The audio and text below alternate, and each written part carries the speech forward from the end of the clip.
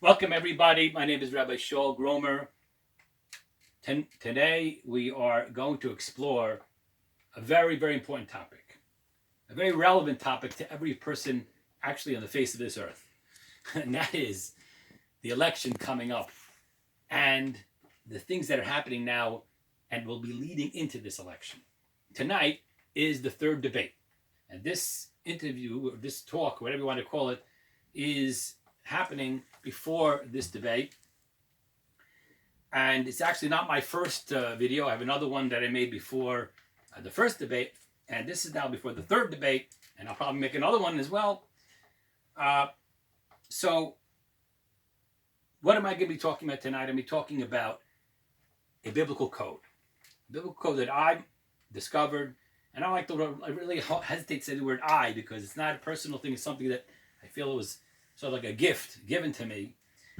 And this particular gift or code helped me go into a new level of understanding how the world outside could connect with the Torah, because there's a basic principle that the world, outside world, is all connected with the Torah. It's all hafakba, Hebrew two phrase, turn around, the rabbis say, it's all in there, everything is there. One could learn every single science, everything that in the face of the earth, it's all there, because the world was created after the Torah existed. Now we see the Torah referring to the 5 books of Moses, the prophets, the writings, and all of the oral traditions that we have that are related to that. So that's basically what I'm going to be talking about. Tonight, as I mentioned, is the third debate between Donald Trump and Joe Biden, and we need to try to understand what's going on here.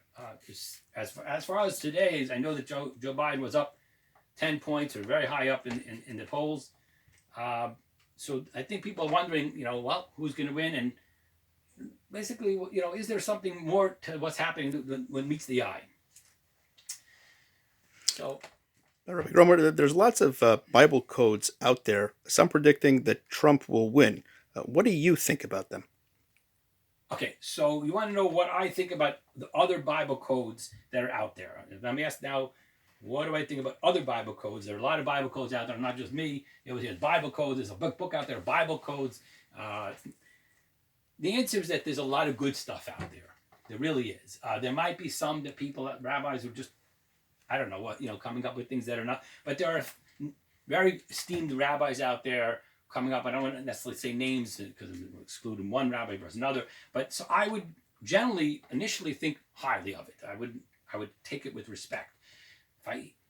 Then I would just also check who's saying this, and so it means something to me. It doesn't necessarily mean that it's absolute, but it has some meaning to me, because I recognize, as I just finished saying, that the whole world is there in the Torah. So it makes sense that some algorithm or some kind of numerical way or some system could exist on that level that could hint to a name or a bunch of names that all come together to hint. It's all there in the Torah in some way or another.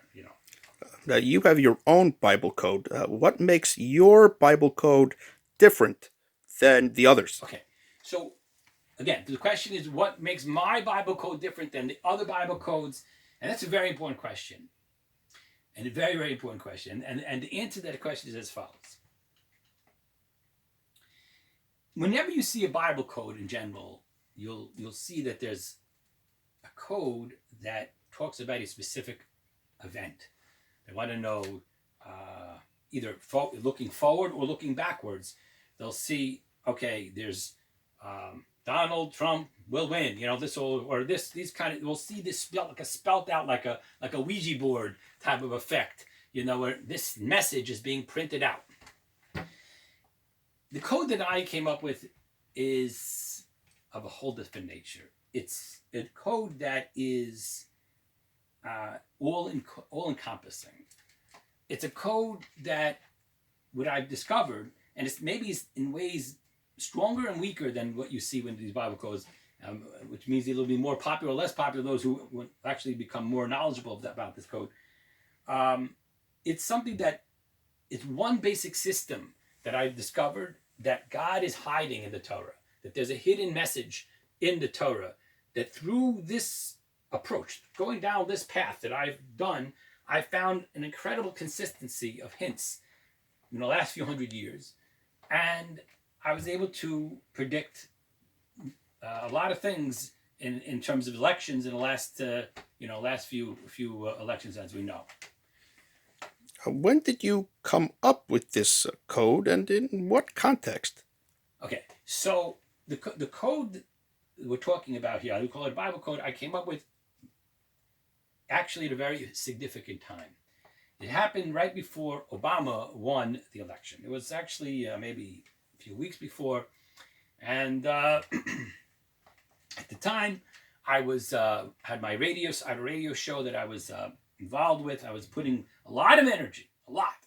It's an understatement, to combat the possibility of a win for Obama, because I did not like certain things I was hearing, which turned out to be true. That there were issues about his relationship to Israel, what seemed to be an issue for elderly people, even with his care. The elderly people got the raw end of the stick. So I was watching this, and I was very upset, and I was very vocal against Obama until I saw this. Now, I will say that I'm writing this up and writing in some form or another, what I'm telling you now out as well. Before I actually came up with it, was that very night, someone shared with me a very interesting thing where the name Obama appears, and it was a very significant place. It's somewhere in the Torah, not in the 5 books of Moses, in a different part of the Torah. And I don't remember now exactly, but I remember that it made an impression on me. Again, it was one of these Bible codes, but that was the very night that I came up with this code, and I guess I was thinking in those terms. And then I came up with it, just a flash, and I saw this, and I'll share with you what it is. What is this? Keep talking about the code, the code, the code. What is it? So what I found out was like this, that for the last few hundred years, there's been something very interesting happening. We'll call it like a wedding of heaven and earth. Heaven and earth. There's a very, very profound thing happening. And we are witnessing that, particularly with the founding of America. And the reason America is so significant is the mystical writings talk about the year 1740, and Vilna Gaon, Or HaChaim, big names talk about that year as a turning point in the history of the world. They talk about that as a time that's very much leading a big leap forward to the Messiah, to Mashiach times. So you ask yourself, well, what was so significant at that time, 1740 on? So the answer is America. America changed the world. No one expected it at the time. It was a little nothing, a few colonies. But as we see as time goes on, they became a world power, and there was nothing that can compare with America. So what do we say about America? What are we going to say about this? We have to say that there's something hidden underneath all of this, something very profound, and we need to understand what is happening. And everybody's been talking like this. If you really look around all the religions, not just Jewish people, pastors, and they're all saying we're end time. They're all talking very, very high talk. What I found was a very concrete code. And it makes sense because we have a similar type of idea, what I'm about to share with you. And I've already shared this in a video quite a number of years ago. We have a similar type of idea in the story of Purim. For those who are familiar with it, in Persia, which is modern day Iran, which was the story of Mordechai, Esther, a story of a whole turnaround for the Jewish people, were almost like a Hitler story. It appeared to be, and turning around to be one of the happiest, one of the happiest days of the whole year, because everything turned around with God's providence hidden behind the scene of this evil character called Haman, and a king who was willing to give him the power to do some very serious damage to the entire nation of Jewish people who were all spread all over the world. That incident, whenever it mentions the name Achashverosh, the king at that time, it says the king, Hamelech, and they say this hints to God. If it doesn't say his name, it just says the king, Hamelech, this is alluding to God. We need to say that God was hiding behind the scenes, even as Achashverosh was the king, and he was a lowlife, big lowlife. All times the way they describe, but it's still, God used him for his purpose. So, what I discovered was as follows. We have had a lot of presidents in the United States. Some of them amazing, highest level. Some of them are not so great. All types. So it's not a character. What I'm about to say is not necessarily a comment about them per se. It's about their role. And what I've discovered is as follows. Every president that we've had, from George Washington until now, is a we'll call it like a pivotal piece in a larger picture. Because remember, we can't see, a lot of things are hidden from us. But that president of the United States of America is a pivotal piece in how to start exploring the connection of heaven and earth down here. And it's interesting, maybe because the founding fathers were quite religious people too. They kind of found a merger between the spiritual and the physical in many ways, as did America. In God we trust, and the whole, well, that came later, but still the whole movement had this kind of a spiritual sense. And they say George Washington became more religious through the revolution. So we saw miracles happening. There's something very profound happening with the whole America, something no one can understand. And that is this merger that will take place and will culminate in the final times when we have this final Messiah, Mashiach, where the world will reach its perfection. But basically, going back to this code, and to simplify it, was as follows. When the Jewish people come into the synagogue every week, they read the Torah. They read these 5 books of Moses, and they read a portion. And that portion is called a parsha. Parsha in Hebrew. Parsha. P-A-R-A-S-H-A. Parsha. Okay. Every parsha is a portion of the Torah, goes into a certain topic, and it's a certain chunk, nice chunk of that 5 books. But the 5 books is big. 5 books. Now, what I discovered was as follows. Every president, American president, corresponds to one of these parshas, one of these portions, and there's a deep, deep connection, and the code is in order. Now, why do I keep calling this a code, the code, the code? Well, first of all, let's talk about this connection. Well, just a little bit. I like to bring these a few examples I mentioned in my other video. I don't like to go to everything because eventually I'm going to put it together, the whole piece, but just the whole puzzle. Right now, just tapping into it. So I mentioned a lot of times my original thoughts. Again, I saw Lincoln, the 16th president, the 16th parsha of Beshalach, and let's talk about freeing the slaves, and he freed the slaves. You see a connection. He freed the slaves, and he's in order, corresponds with Beshalach. Okay. Nixon, I started looking at that. He caught with Watergate. That deals with the spies. And I went through each president, and I started seeing incredible connections with these presidents and the parshas, like in order. And this is just like in a first grab on this idea. As I went deeper and deeper into it, I started seeing more and more about this. Now, I'll talk about in a second how this goes even to another level. But first of all, you asked me the question, when did I come up with it? Well, it's at that time that I started seeing these connections. And that's when I started saying, well, let's see. Obama, if he wins, or whoever will win, McCain, whoever will win will be the 44th president. So who corresponds to this parsha more? So I started seeing that, and I found connections. I'm not going to go into it because we have a lot to cover here. But I saw some very fascinating things in the beginning of that portion, talking about how Moses was able to speak, a very special kind of speaking. He was speaking in a way we couldn't speak before, like articulate in a way they couldn't articulate prior to that. And I saw the articulation of the special kind of articulation was going on with Obama in contrast to McCain. I right away started seeing that Obama was going to win, and I changed my tune on my radio show and other places. I saw that something's happening here. What did the code tell you about the last election between Hillary Clinton and Donald, now President Trump? Right. Okay. So now we go to the next step. So I saw that. Now we go 8 years later. 8 years later, and we had this tremendously dramatic thing going on. But for me, it wasn't dramatic. I saw from the very beginning, and it didn't change my tune till the very end, even though he was behind, that Trump was going to win. And I saw that simply because I looked at the next portion, which would be the 45th president, the next one coming up. And I looked and I said, who, and this is, I looked all 15 candidates of the Republican committee, and I said, who's, and I looked at both sides, who shows any connection here? And I saw that Trump did. And the reason I saw that is because one of the reasons I liked it was the connection of the word ish, fire. The word fire comes out 15 times in that portion, and 13 in connection to the giving of the Torah by Mount Sinai.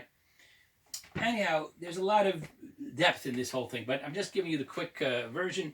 Basically, I saw that he was a fired up person, and I saw that all the aspects of fire, unpredictable. He was saying, hey, Hillary, you want our enemies to know exactly when we're going to attack, and he was even saying we got to be as unpredictable as they are. So this was words out of his mouth. And as the thing continued to go along, I started seeing more and more analyzing their opinions, analyzing the difference. And I started understanding even why Hillary and why Bernie Sanders were in the pictures. And we'll perhaps come back to that. But that's what so I started realizing at that point that If I can put you on the spot, what does your code say about this current election? okay. So this brings us to date because I'm kind of moving things along quickly. So now we have 4 years later, a very interesting situation here. What's difficult for me, and this is very relevant why I'm making this, is because when you look at this question, who's going to be winning this, right? Is Donald Trump going to be another 4 years or Biden take over? Now, I will say, for those who search, that I have a video that's already out. And in that video, I'm just telling you straight out that I already made predictions there that Trump was going to be for 8 years. But let's see. We'll see that in a second. Right now, I want to start looking at it afresh. And I look at it and I say, okay. The way this code works is as follows. A president enters his presidency and he begins this connection, this deep spiritual, physical connection, as I mentioned it, between the portion and the connection of it from the moment he becomes inaugurated. At that moment, this new parsha connects with him. And it stays with him the whole time that he's president. So if he's the president for 8 years, it's there. 2 years, dies in only 2 years. Gets shot, killed, only till the next president comes in. We had a president who was only 30 days. So his parsha had to be connected. However, there's one caveat to this, that a president who becomes president of the United States is connected with that portion even before he's president and even after he's president. Certain things that he's done significant in his life before and after will connect with that portion. He always connects with that portion. This is the formula. So when I look at this election coming up, I want to look at it afresh. Even though we'll come to why I came to certain conclusions in the past. But what I need to look at is the name of the portion is Veschanon. That's the name of the portion that would correspond to Trump. On the other hand, that's because he started as a Veschanon and he would continue for another 4 years. It's the same portion, no change. 45th portion. Just like he'd be the 45th president. He stays the 45th president. If he'd been 100 years, he's still the 45th president. If Biden wins, we have to now go to the next portion, which is Parshas Akiv, the portion called Akiv. And we have to look at, does he match Akiv? Now, what's tricky here is, I'm going to start off with the difficult part of this. And since it's going to require a little thought on my part, I think I'm going to sit down for this, sit down a little bit. Because this is going to require a little, little thought. And sit down a little bit. Give myself a little comfort here. Myself in a comfort position. Also, I was going to make sure my phone is off. You see, it was on. It's a good thing I thought of that. Okay. All right. So now we're in a good position to talk about this important issue here. So what do we say now? What's going to be with this? So I started looking at this question. I've been thinking about it. Probably in my sleep I'm thinking about it. Waking up thinking about it. Talk about it. It's a lot to think about. But what's so difficult? Well, I'm going to start off with the following things. Biden has a case of winning, it seems. Trump has also a very strong argument that he would win. We have two sides. We'll take a look at which side do I think will win in the end, given there's two sides.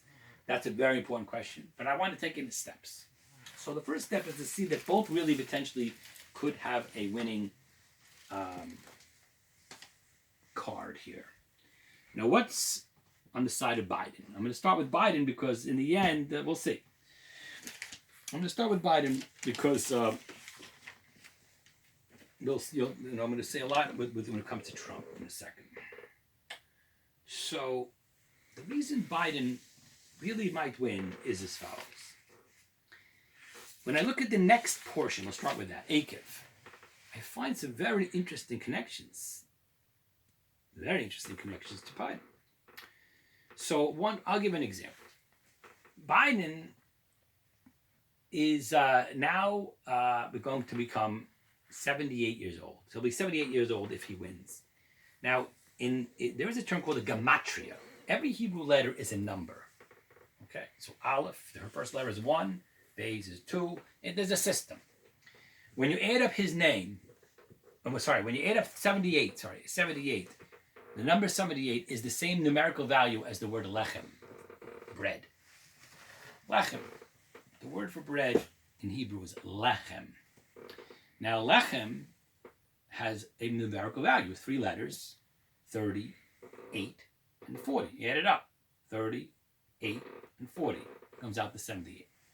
So when I looked at Akev, I found that compared to, you have to know a lot about the Torah, you have to know a lot about the Bible, the five books, which thank God I know, a certain amount, certainly a certain amount I could say I know. And that's certain uniqueness to this coming portion. Akev. Numerous times it says the word lechem. It talks about lechem. In fact, that portion may be perhaps the pivotal portion that talks about things that are very unique to bread. For example, grace after meal in English. In Hebrew, they Birkat HaMazon, blessing of the food, grace after meal, and that's how they refer to it. You eat, you bless God after, thanking for God. Now, this is a biblical obligation, and it comes to do this. After you're satiated, you eat, you're satiated to bless Him. It comes from that next portion, the 56th portion of the Torah.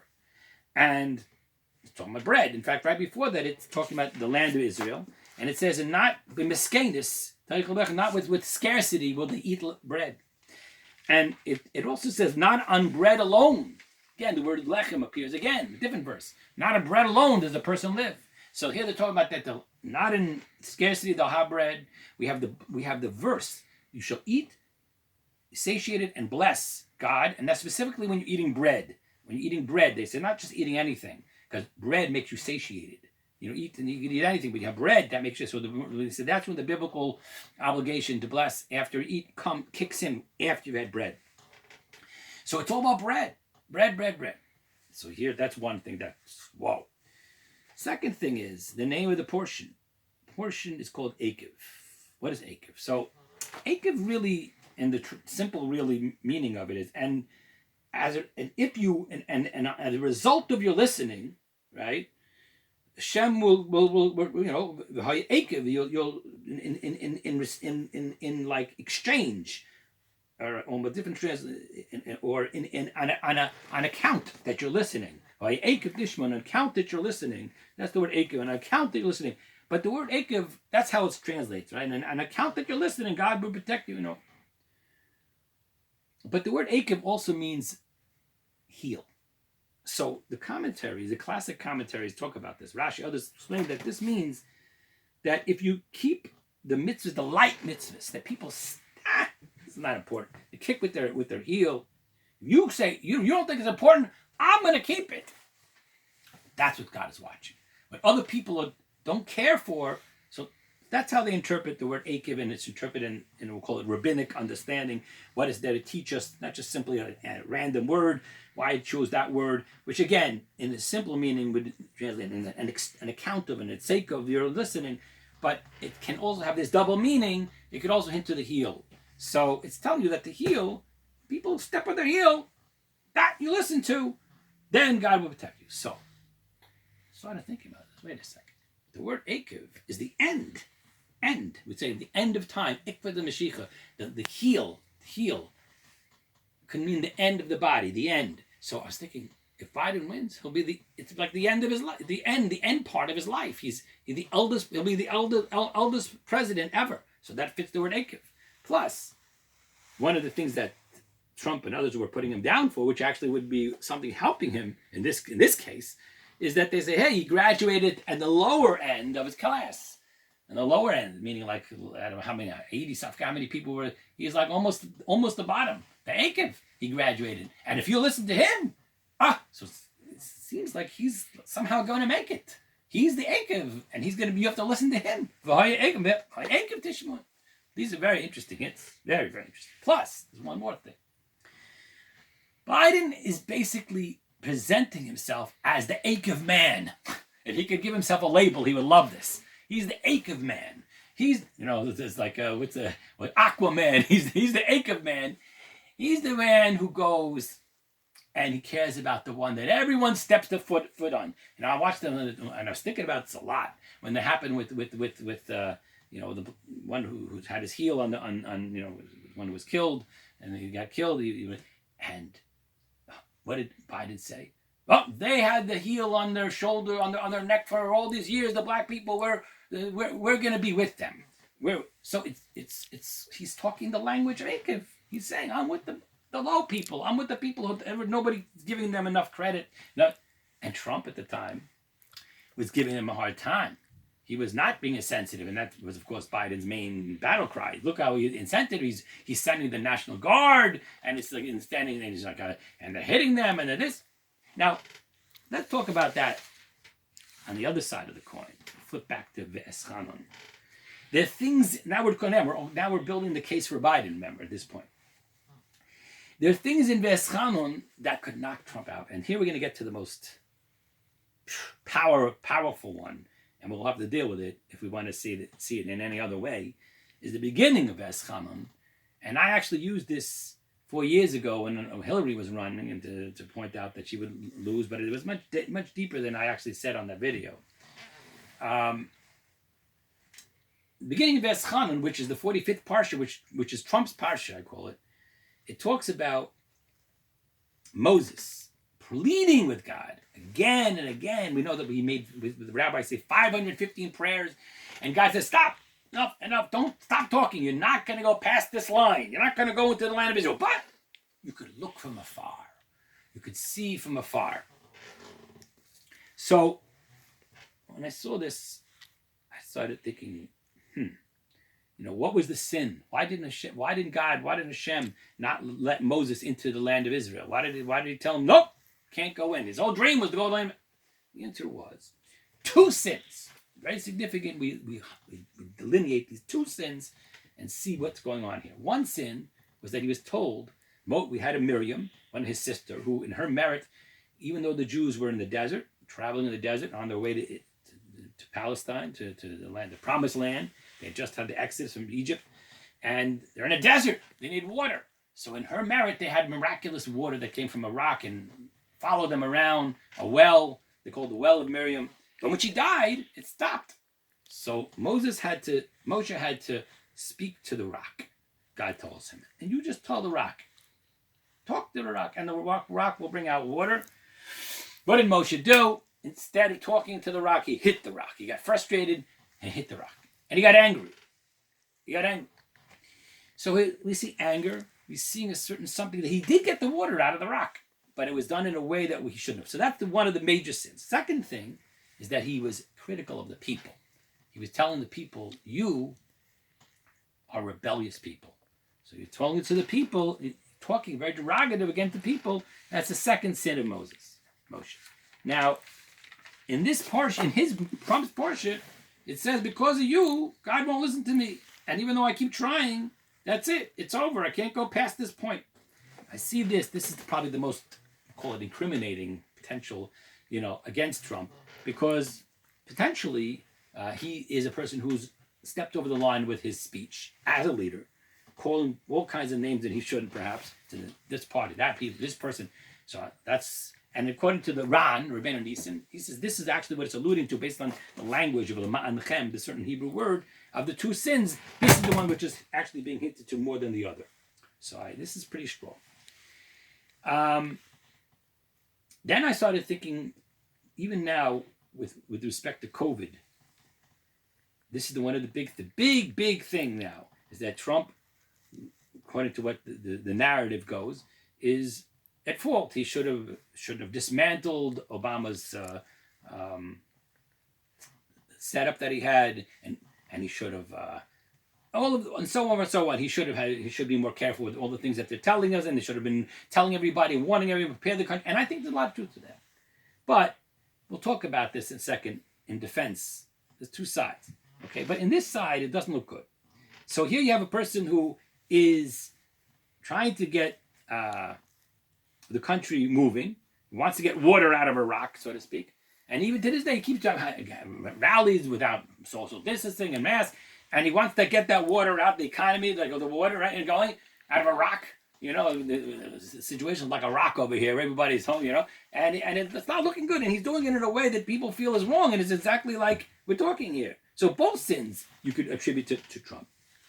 What makes this even more troubling for me in this sense is that in terms of anyone who wants to see Trump win is because there's another aspect to this picture, and that is that, and this is really a very important point, and I had to really take a breath before I even say this, because how's that? This code is much more than it seems, and this is where the code takes off to another level. You see, and this is something that I never talked about before in any video, and I'm talking about it right now. This code has in it the secret of how we tie everything, not just presidents, everything in the world to the Torah. This was the thing which has been dominated and has taken over literally so much a part of my life that it's really, to this very day, I'm constantly, there to receive those connections, because any major thing that has impact on the world, any major thing, it could be a book, it could be a song, it could be a poem, it could be a hurricane that had somehow a huge, unusual, newsworthy thing, it could be a war, it could be any major thing you could think of. The state of Israel, this revolution that caused this, I don't know, anything, the dropping of an atom bomb, any major thing in the world, okay? We think about that, 9/11, all of these things, that it's all there. All you have to do is do the following thing. And this is where the code aptly takes off, completely takes off. And that is, all you have to do is ask yourself, who was the American president at that time? Which portion does he match up with? And that thing out there is hinted to in that portion. Now, of course, you have to be able to find in that portion those things. And that's what I've been really spending a lot of time with. I have to admit that over 90% of maybe more even, of my time is spent looking back over the last few hundred years, all the connections. And that's one type of thing. It's not so simple. And a lot of times it takes, a moment of inspiration. I see these amazing connections, and it keeps going and going and building and building and building. And it's like amazing, amazing. But I have been right so far with my predictions as well. So when I looked at this, I saw COVID. People say to me, they know about this. Where's COVID hinted to in Trump's Parsha? So we'll talk about that. There's actually a few places. It's such a major